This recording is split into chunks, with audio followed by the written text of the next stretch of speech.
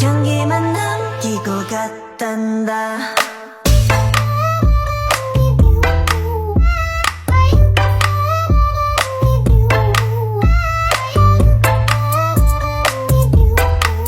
Assalamualaikum warahmatullahi wabarakatuh dan selamat siang. Waalaikumsalam warahmatullahi wabarakatuh. Terima kasih untuk adik-adik dan ibu-ibu yang sudah sempat datang ke tempat penyuluhan ini. Perkenalkan, saya Sulfianti, mahasiswa dari Universitas Megabuana Palopo. Di sini saya akan melakukan penyuluhan dengan judul itu waspada bahaya IMS pada pasangan usia subur.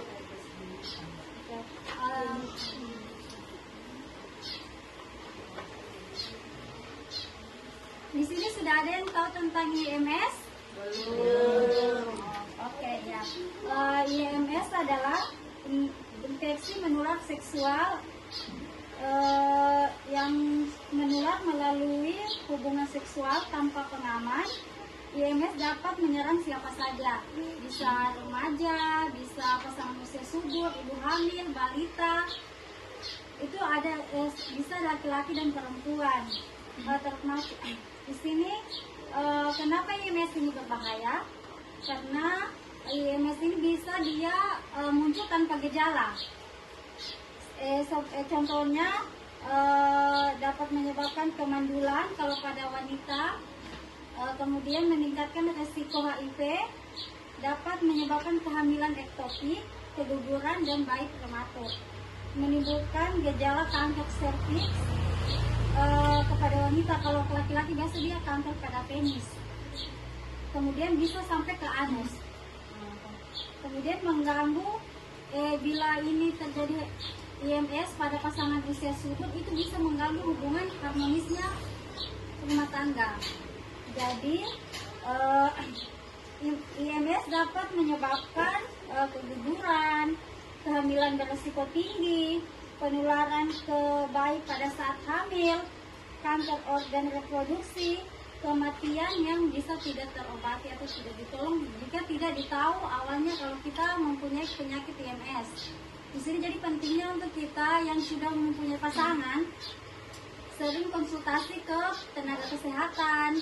Jika ada gejala yang memang tanpa gejala, tapi jika dirasa-rasa, kenapa saya kayak keputihan, sudah berlebihan. Jadi lebih alangkah baiknya langsung ke tenaga kesehatan. Kalau ada bidan atau petugas yang ada di desa, kita boleh bertanya. Kemudian sudah tahu apa jenis-jenisnya penyakit IMS? Belum. Oke. Yang pertama itu bisa sifilis atau biasa disebut dengan raja singa. Masih DP nama saja itu so bikin takut raja singa.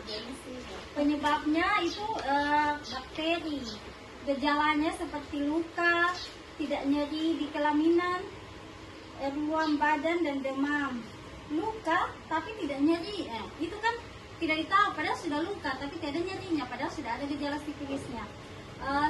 Waktu itu saya di puskesmas ditemukan ada satu ibu yang positif sifilis pas dia periksa hamil. Waktu cewek dia tidak tahu, pas menikah dia periksa hamil ternyata sifilisnya reaktif, positif dia.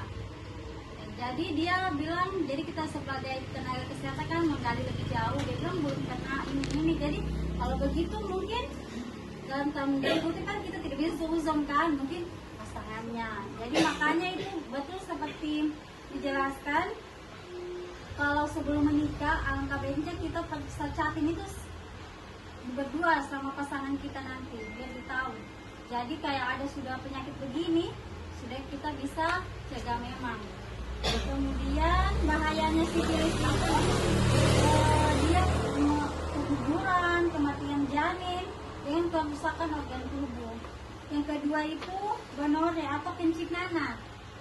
Kencing nanah ini penyebabnya juga bakteri. Gejalanya keluar nanah saat kencing, nyeri dan kemerahan. Bahayanya itu bisa pada perempuan itu kayak dia menjadi radang panggul, kemandulan. Nah, itu yang bahaya. Kemudian ada chlamydia. Penyebabnya juga bakteri. Gejalanya sering tanpa gejala juga dia kalau chlamydia ini. Seperti keputihan yang tidak normal, dan nyeri saat kencing. Bahayanya bisa juga kemandulan dengan kelainan ektopik. Kemudian ada herpes genitalis. Penyebabnya virus herpes. Gejalanya lumpuh, benjolan, nyeri kelamin, gatal, dan demam. Bahayanya kambuh berulang, mudah menularkan HIV. Jadi ini bahaya ya ibu-ibu. Kemudian ada HIV atau AIDS. Yang ini lagi marak di Kota Palu yang sedang meningkat. Gejalanya itu bisa demam, diare, berat badan menurun, sariawan, infeksi berulang. Karena sudah di lingkungan kita sudah banyak yang HIV, yang memang tidak ada tanpa gejala, cuma pas diperiksa sudah positif.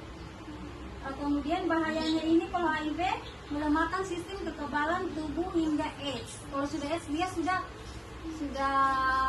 susah diobat. Tapi kalau masih HIV, kalau cepat penanganannya, insya Allah masih bisa sehat. Kemudian trichomoniasis, penyebabnya parasit. Gejalanya keputihan, berbusa, berbau, gatal, nyeri kencing saat berhubungan. Bahaya ini persalinan prematur, berat bayi, lemah. Kemudian hepatitis B, penyebabnya itu hepatitis, virus hepatitis. Gejalanya lemas, mual, nyeri perut, kuning pada mata dan kulit. Bahayanya sirosis hati atau kanker. Cara penularannya ini untuk pasangan usia subur, di mana itu hubungan seksual tanpa kondom. Kalau yang belum menikah tapi sudah melakukan hubungan seksual tanpa pengaman, di situ biasa penularannya bisa jadi lebih besar penularannya. Kemudian kalau dari ibu ke bayi seperti ibu hamil, dari ibu hamil ini ke bayi pada saat lahir atau menyusui. Seperti dia kalau kayak hepatitis kan, kalau pas lahir kan itu ada langsung ada vaksinnya di HBI.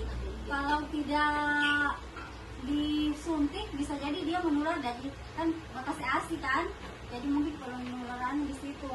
Kemudian kontak dengan darah atau cairan tubuh seperti saat bersentuhan, cairan kelamin, luka terbuka atau cairan tubuh yang terinfeksi. Kemudian penggunaan alat tajam atau jarum suntik yang bersama, seperti jarum suntik orang yang sedang melakukan narkoba atau narkoba begitu kan, orang bisa jadi ganti-ganti jarumnya. Kemudian cara mencegahnya, jadi kita bisa mencegah IMS pada sedini mungkin. Yang pertama pada ibu-ibu dan pasangannya, yaitu pertama setia pada satu pasangan, tidak boleh jajan di luar. Ya, kemudian gunakan kondom dengan benar. Kemudian periksa kesehatan secara berkala, di mana lakukan screening. Kalau di puskesmas itu kalau datang kita sudah screening itu,